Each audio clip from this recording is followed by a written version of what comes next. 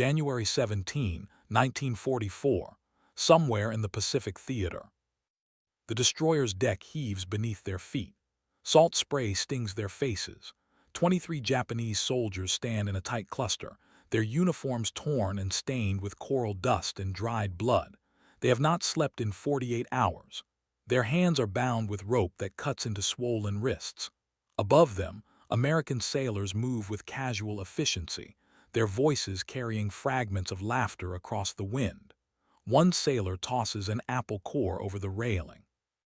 The Japanese prisoners watch it arc through the air and disappear into the gray water below. None of them can remember the last time they saw fruit wasted so carelessly. The engines throb beneath their feet, carrying them away from everything they knew, toward a fate they have been trained to fear more than death itself. They are prisoners of war now. In their minds, they are already ghosts. The journey from the battlefield to captivity represents one of the most profound psychological transformations in modern warfare. For Japanese soldiers indoctrinated under the Bushido Code and the imperial military philosophy, surrender was not merely defeat, it was the complete negation of existence. The Senjinkan Military Code, issued in January 1941, explicitly stated that Japanese soldiers must never suffer the shame of being captured alive. To become a prisoner was to cease being Japanese, to forfeit one's connection to family, emperor, and nation. The official narrative taught every soldier that enemy captivity meant torture, humiliation, and certain death. Better to die in a final banzai charge. Better to hold a grenade to your chest. Better to throw yourself from a cliff than to fall into American hands. This ideology was not abstract philosophy. It was drilled into every conscript from the moment they entered military service. Training exercises simulated capture scenarios where officers emphasized that prisoners would be mutilated, that Americans would parade them through streets for mockery, that they would be worked to death in mines or used for medical experiments. The imperial military establishment pointed to isolated incidents and distorted reports to reinforce these fears. They cited Bushido traditions stretching back centuries, invoking samurai honor codes that equated surrender with eternal disgrace. For many soldiers, these teachings merged with genuine belief, creating a psychological fortress against the very concept of survival in enemy hands. The statistics reveal the depth of this conditioning. In the early years of the Pacific War, surrender rates among Japanese forces were almost non-existent. During the Battle of Attu in May 1943, nearly the entire Japanese garrison of 2,500 men died rather than surrender, with only 28 taken prisoner, most of them wounded and unconscious. At Saipan in July 1944, mass civilian suicides accompanied the military's refusal to capitulate, with thousands of Japanese civilians throwing themselves from cliffs rather than face American occupation. The defenders of Iwo Jima in early 1945 fought almost to the last man, with only 216 prisoners taken from a garrison of 21,000. This was not merely tactical determination. This was ideological absolutism, forged in the furnace of militaristic nationalism. Yet here, on this destroyer cutting through Pacific swells in January 1944, 23 men have crossed that forbidden threshold. Some were pulled unconscious from rubble. Others were too wounded to resist. A few made the impossible choice when starvation and dehydration stripped away the last reserves of indoctrinated certainty. They stand on the deck now, waiting for the torture to begin.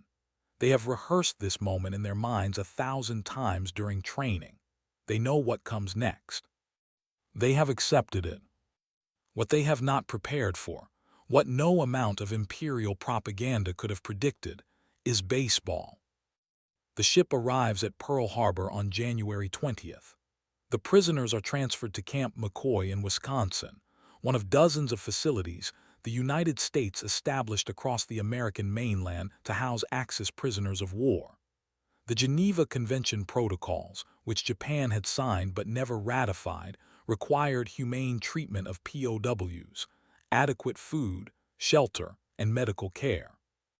The United States, despite being under no legal obligation regarding Japanese prisoners, since Japan refused to apply Geneva protections to Allied POWs, chose to implement these standards anyway. It was a decision rooted partly in diplomatic calculation, partly in democratic principle, and partly in the practical recognition that well-treated prisoners provided better intelligence and created fewer security problems. The prisoners arrive at Camp McCoy in late January during the brutal depths of a Wisconsin winter. They are issued new uniforms, clean and warm. They are given medical examinations. Their wounds are treated with supplies that seem impossibly abundant: bandages, sulfa drugs, actual anesthesia for those requiring surgery. They are housed in barracks with heat, with beds that have mattresses, with latrines that function. The contrast with their final weeks in combat, living in caves, eating grass and tree bark, watching comrades die from infected wounds because medical supplies had run out months before, is so extreme it generates cognitive dissonance rather than relief. They wait for the cruelty to reveal itself. They know this comfort is temporary, a calculated softening before the real horror begins. They have been taught that Americans are demons in human skin, that Western kindness is always a prelude to betrayal. So they remain silent, suspicious, braced for the inevitable transformation. Instead, they are given baseball equipment. The recreation program at American POW camps was not an afterthought or a luxury. It was deliberate policy, rooted in both practical security concerns and a broader ideological statement. Military administrators recognized that idle prisoners created disciplinary problems, that boredom bred resentment and escape attempts. But the program went far beyond mere occupational therapy. It reflected a fundamental American belief that even enemies retained human dignity, that even in war, certain civilizational standards should be maintained. Recreation represented the democratic principle made tangible, the idea that life should include not just survival, but elements of joy, leisure, and voluntary association. Baseball emerged as the centerpiece of this program, and the choice was not accidental. Baseball was America distilled into a game, competitive but rule-bound, individual yet communal, requiring both strategic thinking and physical skill. It was the sport American soldiers played in training camps and on military bases worldwide. It was the sound of home, the crack of bat against ball echoing across American summers for generations. To teach baseball to prisoners was to offer them a glimpse of American culture at its most essential, its most democratic, its most human. The first time the guards at Camp McCoy bring out the equipment, the Japanese prisoners regard it with profound confusion. Bats, balls, gloves, bases. The objects are meaningless to most of them. Baseball had existed in Japan since the late 19th century, introduced during the Meiji period as part of the Western modernization drive. But these prisoners were largely rural conscripts or career military men who had spent their adult lives in garrisons and battlefields. They had no context for this strange ritual the Americans seemed to take so seriously. The guards demonstrate. They divide into teams and play a practice game while the prisoners watch from the sidelines. The Americans shout encouragement to their teammates, groan at errors, cheer at successful hits. They argue good-naturedly about close calls. They pat each other on the back after good plays. The Japanese prisoners watch in silence, trying to decode what they are seeing. Where is the hierarchy? Where is the rigid discipline? Why are subordinates speaking so freely to their officers? Why does everyone seem to be enjoying themselves? After the demonstration, a sergeant, a man from Iowa named Harold Zimmerman who played semi-professional baseball before the war, approaches the prisoners with a softball and a bat. Through a translator, he explains the basic rules. He invites them to try. The prisoners look at each other with uncertainty. Is this a test? A trap? Some form of mockery? But Sergeant Zimmerman's face shows only patience and a kind of earnest enthusiasm that seems almost childlike. He tosses the ball gently to the nearest prisoner, a former corporal named Takeshi Yamamoto, who was captured on Tarawa after a naval bombardment collapsed his bunker. Yamamoto catches the ball reflexively. It is heavier than he expected, wrapped in leather that feels impossibly luxurious compared to the deteriorating equipment of the imperial military. Zimmerman mimes throwing it back. Yamamoto complies. They play catch for a few minutes while the other prisoners watch. Then Zimmerman hands him the bat and demonstrates a batting stance. He has the translator pitch the ball slowly. Yamamoto swings awkwardly and misses. Zimmerman adjusts his grip, repositions his feet, demonstrates the hip rotation that generates power. Yamamoto tries again. This time he makes contact, a weak grounder that dribbles towards second base. Zimmerman claps and grins. Several American soldiers watching from the sidelines offer encouraging shouts. Something shifts in that moment, something microscopic but profound. Yamamoto has just failed at a task, and instead of being punished, he was encouraged. He was taught. The Americans responded to his weakness not with contempt but with patience, with a genuine desire to see him improve. It is not how enemies are supposed to behave. It is not how the Imperial Army itself treated its own soldiers during training, where failure meant beatings and humiliation. It is not how anything in Yamamoto's experience has prepared him to understand the world. Over the following weeks, baseball becomes a central fixture of camp life. At first, only a few prisoners participate, driven by boredom or curiosity or the simple human need for physical activity. But gradually more join.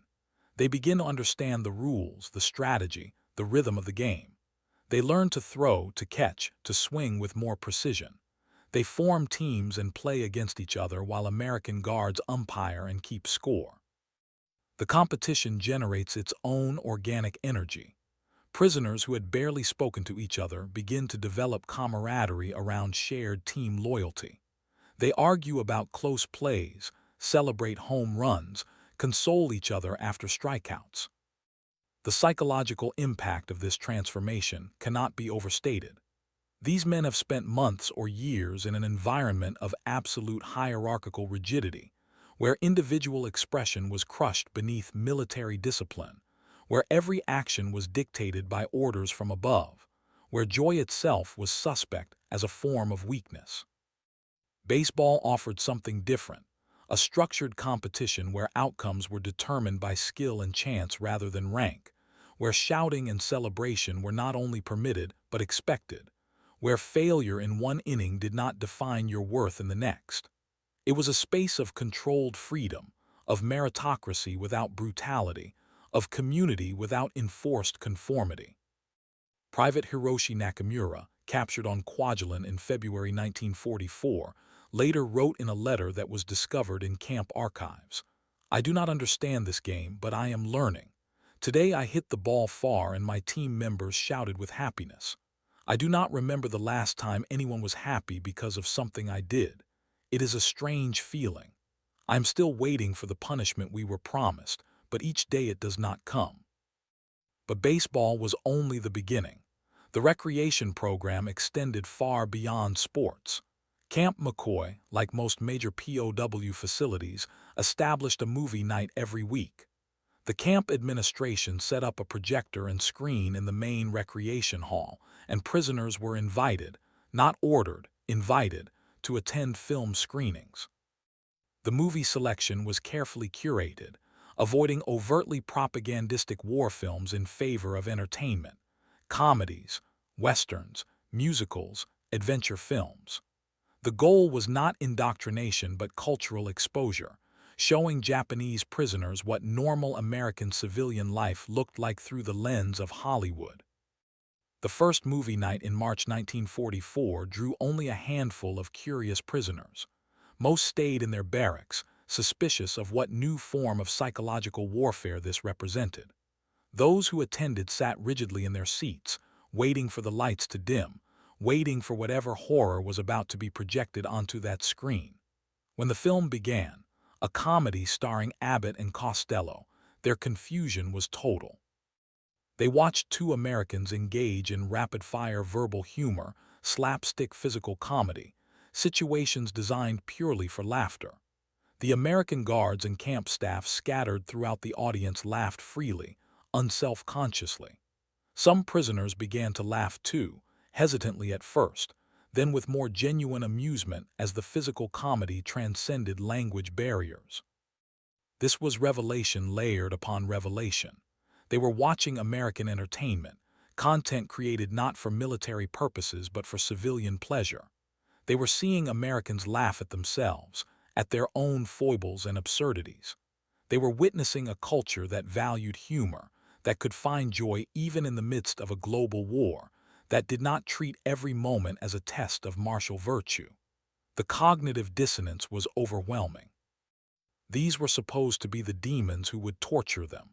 These were the people they had been taught to hate as subhuman barbarians. Yet here they were, laughing at a fat man and a thin man engaging in nonsensical verbal sparring. Subsequent movie nights grew in attendance. The camp administration introduced a wider variety of films, westerns that showcased American mythology and landscape, musicals that displayed technical virtuosity and cultural exuberance, even some dramatic films that explored human relationships and moral complexity. The prisoners began to request specific types of films. They developed favorites. They discussed the plots and characters afterward, debating interpretations just like any audience anywhere in the world.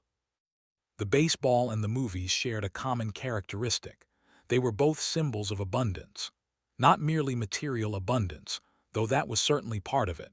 The fact that America could afford to manufacture sporting equipment and projectors and celluloid reels even while fighting a two-front global war. But more importantly, they represented an abundance of spirit, a cultural surplus that extended beyond mere survival. They suggested a civilization wealthy enough, confident enough, humane enough to believe that even prisoners of war deserved moments of leisure and pleasure. This abundance manifested in countless ways throughout the camp. The food was the most immediate and undeniable evidence. American POW camps fed their prisoners according to Army rations, the same caloric content and nutritional standards provided to American soldiers. For Japanese prisoners who had spent their final months in combat surviving on starvation rations, eating grass and insects, watching comrades die of malnutrition and disease, the American mess hall represented an incomprehensible reality. Breakfast included eggs, bread, coffee with real sugar. Lunch brought meat, vegetables, fruit. Dinner featured portions that seemed impossibly large. The camp maintained stores of food that dwarfed anything these soldiers had seen even in their own military supply depots before the war, and the Americans did not hoard it, did not ration it with obsessive calculation. They served it with a casual generosity that suggested inexhaustible reserves. When prisoners could not finish their portions, stomachs shrunken from months of starvation required time to readjust. The food was simply discarded. The waste horrified and amazed them in equal measure. Sergeant Kenji Fujimoto, captured on Eniwetok in March 1944, wrote years later in his memoirs, "The first week I could barely eat. My stomach had forgotten how to process real food, but I watched the Americans throw away more food in one meal than my unit had eaten in a week during the final month before capture. I thought this must be a special display, that they were feeding us from reserves meant to impress us. But it continued, day after day, week after week. I began to understand that this was normal for them. This abundance was simply how they lived. It was impossible to reconcile with what we had been taught about America as a weak, decadent nation on the verge of collapse. The abundance extended beyond food to every aspect of camp life. Medical care was readily available and apparently unlimited in scope. Dental work was performed to repair cavities and damage. Prisoners received eyeglasses when needed. The camp maintained a library stocked with books in Japanese, some donated by American academic institutions, others purchased specifically for the camps. Educational programs were established, teaching English to those interested, offering courses in mathematics, geography, and practical trades. Prisoners could learn carpentry, electrical work, automotive repair. The camp administration recognized these skills might be useful for post-war reconstruction, but the programs also reflected a broader philosophy that even captivity should be productive, should allow for personal growth and development. The arts flourished in unexpected ways. Prisoners at Camp McCoy organized a traditional Japanese music ensemble, using instruments crafted from available materials. They performed concerts for other prisoners and occasionally for American camp personnel.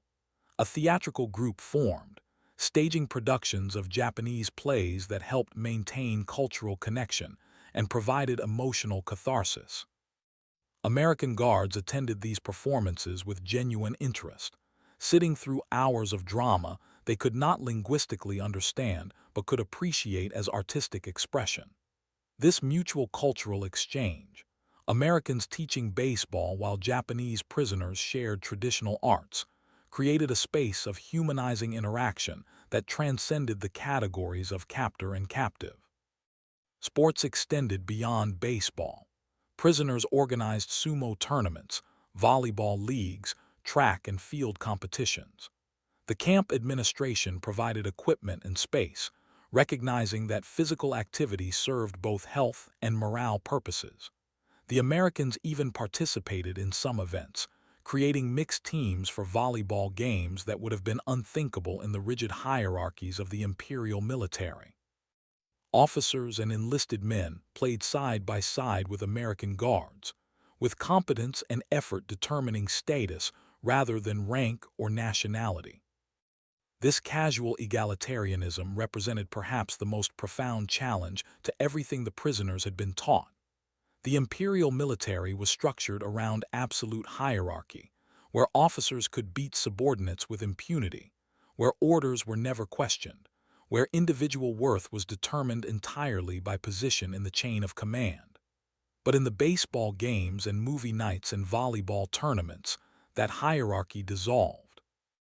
An enlisted man could make a better play than an officer and receive praise for it. An American sergeant could strike out and laugh at his own failure without losing face. The entire social order operated on principles fundamentally alien to their experience. The transformation was neither immediate nor universal.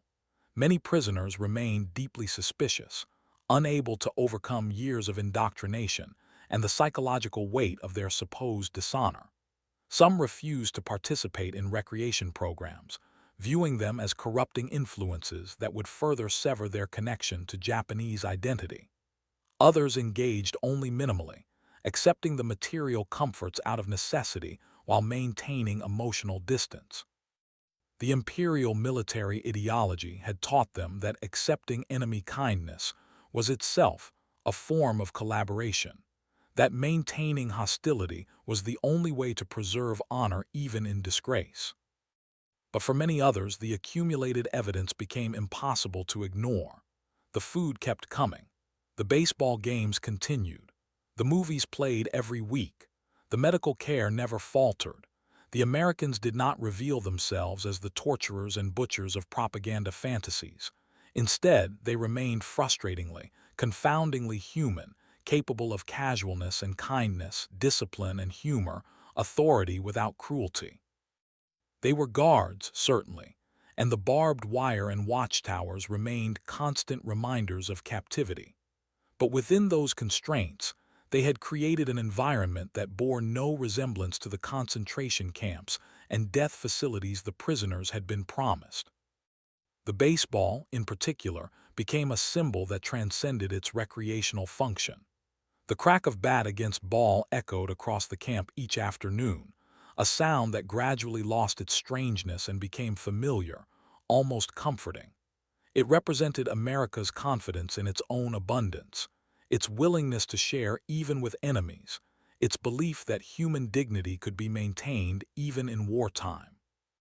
Every game was a small argument against totalitarianism, a demonstration that community and competition could coexist without brutality, that joy was not weakness, but rather evidence of civilization's resilience. Private Yashio Takahashi, captured on Saipan in July 1944 after being found unconscious in a cave, experienced perhaps the most dramatic transformation. He arrived at Camp McCoy in August, severely malnourished and suffering from infected wounds. He spent 3 weeks in the camp hospital receiving care that saved his life. When he was finally released to the general population, he refused to speak to anyone, sitting alone during meals, avoiding all recreation activities. He was waiting to die, fulfilling his obligation to the code that said he should never have survived capture. But in September, he watched a baseball game from a distance, studying the rules and dynamics without participating. In October, he began throwing a ball against the barracks wall alone, catching it repetitively in a kind of meditation. In November, he joined a game for the first time, playing right field with minimal competence but genuine effort.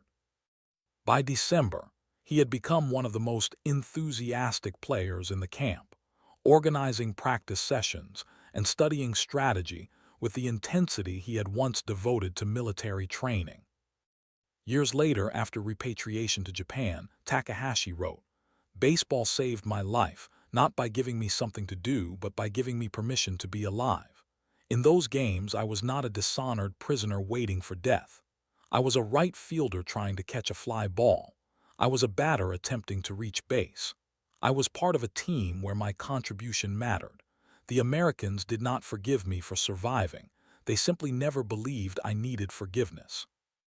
They treated me as if being alive was normal, acceptable, even worthy of investment. That was the most radical idea I had ever encountered." The movie nights operated on a different but related frequency. Where baseball was active participation, movies were passive reception, but they provided a window into American civilian life that was equally transformative. The prisoners watched images of abundance that went beyond material prosperity. Houses with multiple rooms, automobiles for private families, stores filled with goods, cities lit up at night with seemingly unlimited electricity. They saw social interactions that emphasized individual choice and expression, romantic relationships based on mutual attraction rather than family arrangement, conflicts resolved through dialogue rather than violence or submission to authority. The musicals particularly fascinated many prisoners. The elaborate production numbers, the synchronized dancing, the orchestral arrangements. These represented investments of time, talent, and resources that seemed almost incomprehensible. That Americans would devote such energy to pure entertainment, to creating beauty and spectacle for no purpose beyond pleasure, suggested a civilization operating on fundamentally different assumptions about life's purpose and value. In Japan, art served the state, reinforced national mythology, promoted martial virtues. But these Hollywood musicals served only themselves, existed only to make audiences feel joy or wonder or amusement. The Westerns presented a different kind of revelation. They showcased American mythology, the frontier, the lone hero, the triumph of justice through individual courage. But they also depicted a world where authority figures were often corrupt or incompetent, where institutional power could be questioned, where ordinary people could challenge established orders. The protagonists were rarely soldiers following orders. They were individuals making personal choices, sometimes in defiance of official directives, guided by internal moral compasses rather than external commands. This was storytelling that valorized individual conscience over collective obedience, and the contrast with Japanese wartime cinema, which emphasized group loyalty, sacrifice for the emperor, and the nobility of following orders unto death, could not have been more stark. Some prisoners began requesting specific films they had heard about from others. They wanted to see more of particular actors, more examples of certain genres. The camp administration accommodated these requests when possible, recognizing that the voluntary engagement represented a significant psychological shift. These men were choosing to consume American culture, actively seeking deeper understanding of the civilization that had captured them.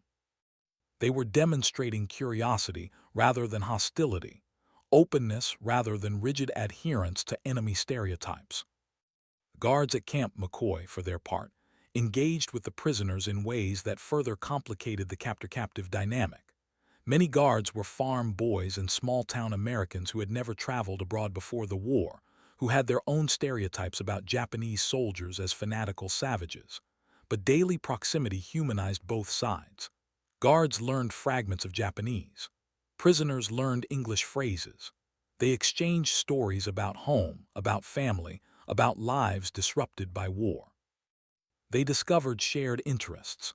Both American guards and Japanese prisoners might be passionate about fishing, or skilled at carpentry, or devoted to their children back home.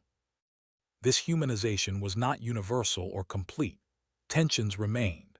Incidents occurred. Some prisoners harbored deep resentment and refused all interaction beyond the minimum necessary. Some guards maintained hostile attitudes, viewing prisoners as enemy vermin who deserved no consideration. The camp had to navigate cultural differences that sometimes erupted into conflicts, disputes over honor, over appropriate behavior, over the meaning of gestures or words. The administration worked to mediate these tensions, training guards in basic cultural sensitivity and establishing clear protocols for managing disputes. But the overall trajectory moved toward understanding rather than animosity. Baseball games and movie nights created shared experiences that bridged divides. The casual interactions of daily life, trading jokes, sharing cigarettes, discussing baseball statistics or movie plots, built relationships that transcended official roles. The prisoners began to see their guards not as faceless representatives of enemy power, but as individuals. Sergeant Zimmerman, who loved baseball and had a daughter named Susan back in Iowa. Corporal Anderson, who played harmonica in the evenings and dreamed of opening a hardware store after the war. Lieutenant Morrison, who had studied Japanese history in college and asked prisoners endless questions about their experiences. These individual relationships created micro-communities of mutual recognition. A prisoner who had been a schoolteacher before conscription helped guards practice Japanese phrases. A guard who had worked as a mechanic taught prisoners how to repair the camp's aging generator. These exchanges were small, almost trivial in isolation, but they accumulated into a larger pattern, a demonstration that even in war, humanity persisted, that even enemies could recognize each other as people rather than categories. The abundance that underwrote all of this, the food, the equipment, the films, the medical care, the time and space for recreation, was itself a form of ideological warfare, though the Americans rarely articulated it in those terms.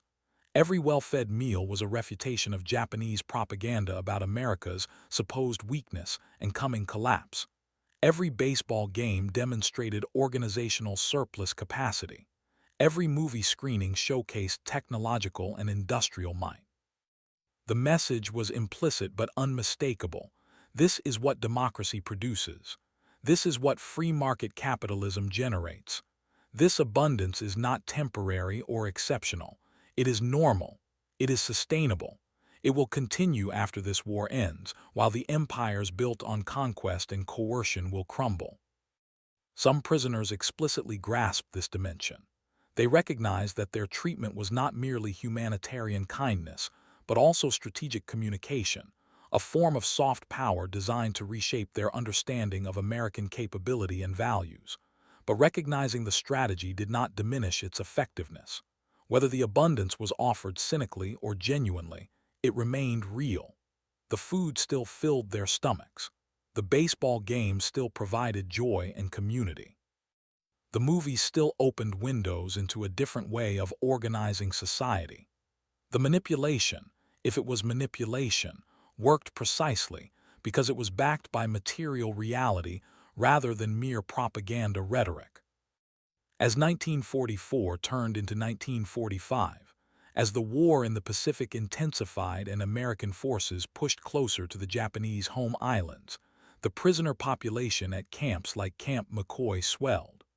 More survivors from bypass garrisons, more wounded from island battles, more sailors pulled from sinking ships. Each new arrival went through the same psychological journey. The initial terror, the gradual realization that torture was not imminent, the slow accommodation to abundance, the eventual engagement with recreation programs and cultural exchange. The baseball leagues became more organized and competitive. Teams developed identities and rivalries. Prisoners kept statistics, argued about best players, followed seasonal tournaments with genuine investment. Some developed real skill, hitting and pitching with competence that would not have embarrassed amateur leagues anywhere. The improvement represented more than athletic development. It showed learning, adaptation, the willingness to embrace something foreign and make it their own. The movie nights expanded beyond Hollywood entertainment. The camp administration began showing educational documentaries about American geography, industry, and political systems. These films were more overtly didactic, designed to provide context about the country that had captured them. Prisoners watched footage of American factories producing airplanes, ships, tanks at rates that dwarfed Japanese industrial capacity. They saw images of American cities untouched by bombing, American farms harvesting surplus crops, American universities educating hundreds of thousands of students. They were being shown the sources of that abundance, the systemic foundations that made baseball equipment and weekly movies possible even while fighting a global war. Some prisoners reacted with denial, insisting the footage was falsified or misleading. The cognitive dissonance was too severe. To accept this vision of American power was to acknowledge that Japan had been fighting a war it could never win, that the sacrifices and suffering had been based on fundamental miscalculation. But others absorbed the information with a kind of grim acceptance, recognizing that their side had been fed illusions, while Americans operated from accurate assessments of relative strength. The abundance in the camps was not propaganda. It was symptom, consequence, evidence of a deeper reality about industrial capacity and organizational efficiency. The transformation these prisoners underwent was not about becoming pro-American or rejecting their Japanese identity. Most remained deeply connected to their homeland, worried about families, hoping for Japan's survival even as they recognized the war was lost. But they had been forced to revise their understanding of the enemy, to integrate experiences that contradicted everything they had been taught. The Americans were not demons. They were people with overwhelming material advantages, people who had built a society capable of producing abundance even in wartime, people who believed that treating prisoners humanely was both practical and principled. This recognition carried profound implications for post-war Japan. When repatriation began after surrender in August 1945, these prisoners returned home carrying stories that challenged official wartime narratives. They described American POW camps where they had been fed, where they had played baseball, where they had watched movies and received medical care. Initially, many in Japan refused to believe these accounts, viewing returned prisoners as traitors who had collaborated with the enemy. The shame of survival remained powerful, and families sometimes rejected returning prisoners who were supposed to have died honorably rather than live in disgrace. But as more prisoners returned, as their stories accumulated and corroborated each other, a more complex picture emerged. Japan had been devastated by the war, its cities bombed into rubble, its economy shattered, its population traumatized. The comparison between their suffering and the relative comfort of American POW camps generated bitter reflections about leadership competence and ideological blindness. How had their leaders assured them of inevitable victory while sending them to fight with inadequate equipment and supplies? How had the propaganda about American weakness and decadence been so completely wrong? The prisoners' stories became evidence not just about American character, but about Japanese wartime leadership's fundamental dishonesty. Some former prisoners became advocates for democratic reform during the American occupation. They had seen how American society functioned, or at least, They had seen enough to recognize that alternatives to militaristic authoritarianism existed and produced tangible benefits. They supported land reform, educational modernization, the dismantling of the Zaibatsu monopolies. They became English teachers, translators, cultural intermediaries. They used their experience of American abundance not to worship it uncritically, but to argue that Japan needed fundamental restructuring if it was to avoid future catastrophic failures. Others struggled to reintegrate, haunted by survivor's guilt and the contradiction of having experienced comfort while their nation burned. They kept their stories private, rarely speaking about their time in American camps because the memories carried too much complexity, too much unresolved emotional weight. They had learned to play baseball and watch Hollywood movies while their families starved and their cities were incinerated. The guilt was not rational. They had no control over their fate after capture, but it was real and corrosive. Some turned to alcohol, others to silence, withdrawing into themselves rather than confronting the impossible task of reconciling their experience with their country's suffering. But the baseball endured as a symbol that transcended individual stories. Baseball had existed in Japan before the war, but it had been tainted by association with American culture, suppressed during the most militaristic years when anything Western was suspect. After the war, baseball returned with explosive popularity, becoming Japan's most beloved sport within a decade. Professional leagues formed, high school tournaments became national obsessions, and the game became deeply woven into Japanese cultural identity. This post-war baseball mania drew partly from pre-war roots, but it was also informed by the prisoners' experiences, stories of American generosity expressed through sport, of community built around friendly competition, of finding humanity in unexpected places. The camp at McCoy closed in 1946 as the last prisoners were repatriated. The baseball diamonds remained for a while, overgrown with weeds, the bases stolen or rotted away, before the land was repurposed for other uses. But in those brief years, 1944, 1945, early 1946, those diamonds had been sites of transformation more profound than military victory. They had been places where ideology collided with experience, where propaganda dissolved in the face of persistent reality, where enemies discovered the possibility of mutual recognition.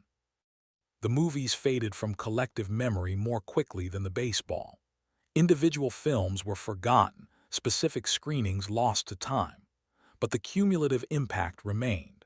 The window they had provided into American civilian life, the demonstration of cultural production beyond state propaganda, the suggestion that joy and entertainment were not frivolous luxuries, but essential components of human flourishing. The prisoners who watched those movies carried forward an understanding that culture could serve purposes beyond nationalist mobilization, that art could exist for its own sake, that societies could be wealthy enough and confident enough to invest in beauty and pleasure even during existential conflict. The food, the abundance that amazed and confounded, became a measuring stick against which post-war Japan evaluated its reconstruction. As the country rebuilt under American occupation and guidance, as its economy began to grow and modernize, as living standards improved, some former prisoners recognized echoes of that camp abundance in Japan's emerging prosperity. The connection was not direct.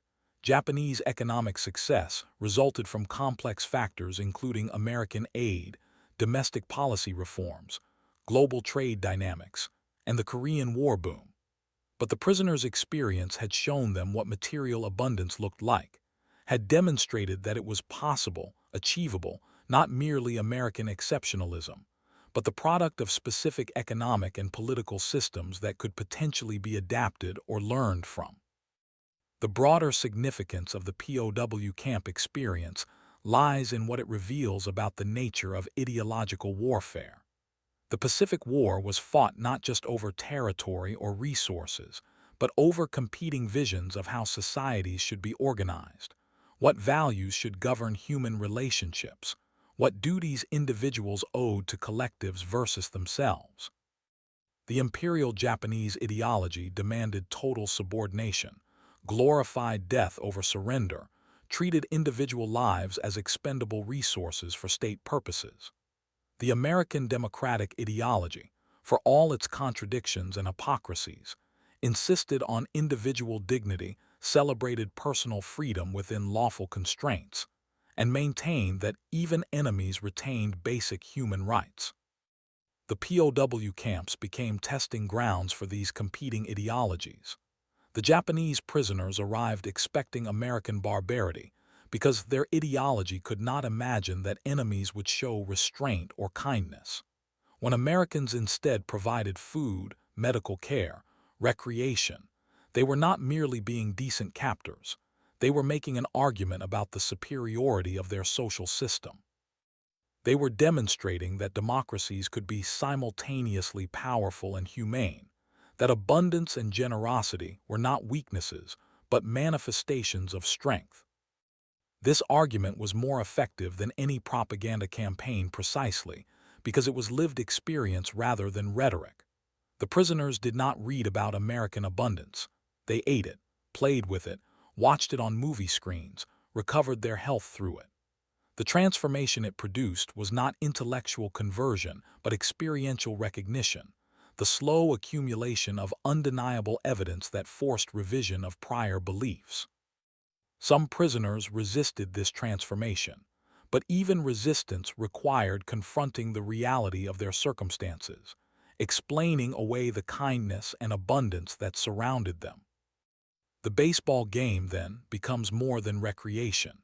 It becomes metaphor for democracy itself, competitive but rule-bound, valuing individual excellence while requiring team cooperation, allowing for failure without destroying dignity, creating community through voluntary association rather than coerced conformity. The crack of bat against ball echoes across history as a sound of possibility, a rhythm that suggests alternative ways of organizing human relationships beyond domination and submission. The movie screen becomes a window not just into American culture, but into the idea that culture can be plural, diverse, constantly creating new forms and expressions without requiring centralized control or nationalist propaganda.